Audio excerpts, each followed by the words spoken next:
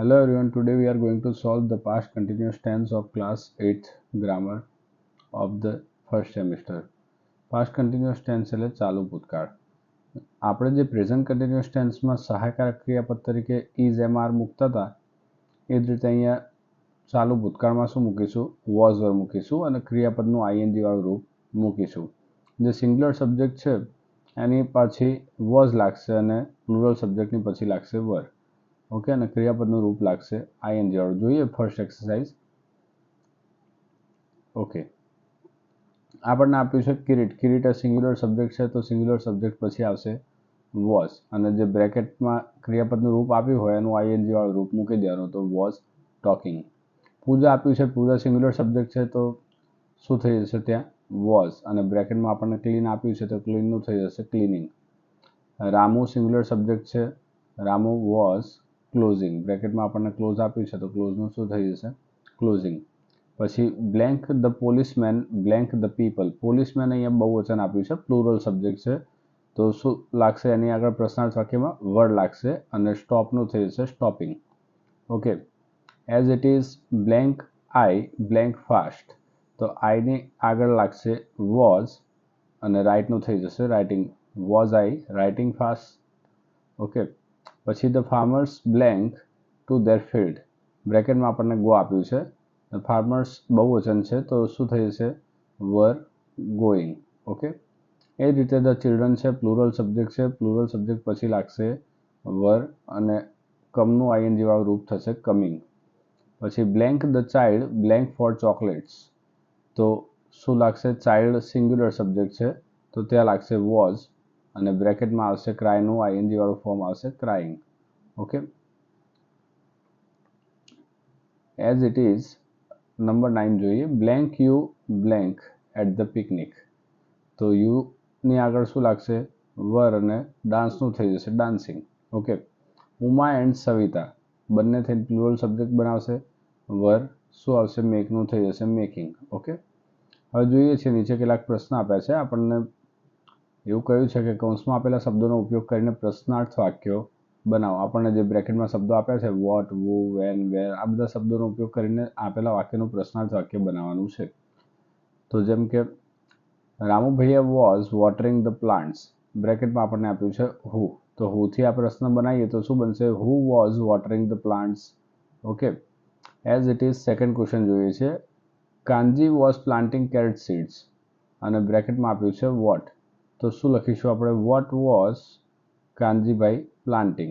Okay, what was Kanji, અહીંયા ભાઈ લખીએ, વોટ વોઝ કાનજી પ્લાન્ટિંગ. પછી છે યતિન વોઝ ગોઈંગ હોમ, બ્રેકેટમાં આપ્યું છે વેર, તો શું લખીશું પ્રશ્ન શું બનાવીશું where was Yatin going. Okay, next છે number 4. Leena and Meena were buying flowers, બ્રેકેટમાં આપ્યું છે આપણને હુ, તો હુથી શું પ્રશ્ન બનશે હુ વર બાઇંગ ફ્લાવર્સ. પછી 5th નંબર છે Jalpa was reading a Gujarati newspaper, અને બ્રેકેટમાં આપણને આપ્યું છે વિચ, તો શું લખીશું આપણે which newspaper was Jalpa reading. Okay, as it is 6th number જોઈએ. The boys were playing in the evening, હવે ઇન ધ ઇવનિંગ સમય દર્શાવે છે અને આપણે વેનથી પ્રશ્ન બનાવવાનો છે, તો શું લખીશું આપણે when were the boys playing. Okay, as it is જોઈએ number 7. Kala was knitting one sweater, અને બ્રેકેટમાં આપણને આપ્યું છે હાઉ મેની, તો how many sweater was Kala knitting. Okay, Manubhai was selling 2 liters of milk, બ્રેકેટમાં આપ્યું છે હાઉ મચ, તો શું બનશે પ્રશ્ન how much milk was Manubhai selling. Okay, Ali and Matthews were batting, તો શું આવશે પ્રશ્ન હુથી બનાવીશું તો હુ વર બેટિંગ. પછી છે Shyam was studying at night, અને બ્રેકેટમાં આપણને આપ્યું છે વેન, તો શું બનશે when was Shyam studying. Okay, એ રીતે જોઈએ છે. ક્વેશ્ચન નંબર 3માં આપણને એવું કહ્યું છે રેખાંકિત શબ્દો ઉત્તરમાં મળે તે રીતે પ્રશ્નાર્થ વાક્યો બનાવીને લખો. અહીંયા આપણને ઉપર એક એક્ઝામ્પલ આપ્યું છે, એ રીતે નીચે આપણે પ્રશ્નો બનાવીને લખવાના છે. ફર્સ્ટ ક્વેશ્ચન છે the girls were drawing a rangoli, તો તો ધ ગર્લ્સ નીચે અંડરલાઇન છે, તો ગર્લ્સ માટે શેના વડે પ્રશ્ન બનાવીશું? હુ. તો હુથી પ્રશ્ન પ્રથમ શું બનશે? હુ વર ડ્રોઈંગ અ રંગોલી. પછી સેકન્ડ છે આ રંગોલી. આ રંગોલી માટે શું બનશે? What were the girls drawing. Okay. પછી સેકન્ડ ક્વેશ્ચન છે Vivek was writing a poem last night. તો વિવેક માટે શું બનશે? Who. Who was writing a poem last night. Okay. પછી છે પોએમ. પોએમ માટે શું બનશે? What was Vivek writing last night. Okay. And as it is last night time દર્શાવે છે, તો ટાઈમ માટે શું બનશે? When was. હવે અહીંયા વિવેક માટે શું લખી શકાશે? He. When was he writing a poem. Okay. પોએમનું પ્રોનાઉન્સિએશન પોમ બી થાય છે, so we can speak it as poem. Okay. So let's see the third question. Tarun and Varun were playing under a tree. Tarun and Varun માટે શું બનશે? હુ વર. First question શું બનશે એમની માટે? હુથી. Who were playing under a tree. અને second question under tree માટે શું બનશે? Where were they playing. Okay. Fourth question છે the farmer was working in the field. The farmer માટે શું બનશે? હુથી ક્વેશ્ચન બનશે who was working in the field. અને ઇન ધ ફિલ્ડ માટે શું બનશે? Where was the farmer working. In the field place દર્શાવે છે, તો પ્લેસ માટે શું રિપ્રેઝન્ટ કરીશું આપણે અહીંયા? શેનાથી ક્વેશ્ચન બનાવીશું? વેરથી. Where was the farmer working. Okay. The cat was drinking milk. The cat માટે શું બનશે? હુથી ક્વેશ્ચન બનશે who was drinking milk. And as it is milk માટે શું બનશે? What was the cat drinking. Okay. So let's see the next question. Sixth one is Anil was buying books yesterday. So Anil માટે શેનાથી પ્રશ્ન બનશે? હુથી પ્રશ્ન બનશે who was buying books yesterday. Okay. પછી છે બુક્સ. તો બુક્સ માટે શેનાથી ક્વેશ્ચન બનશે? વોટથી. What was Anil buying yesterday.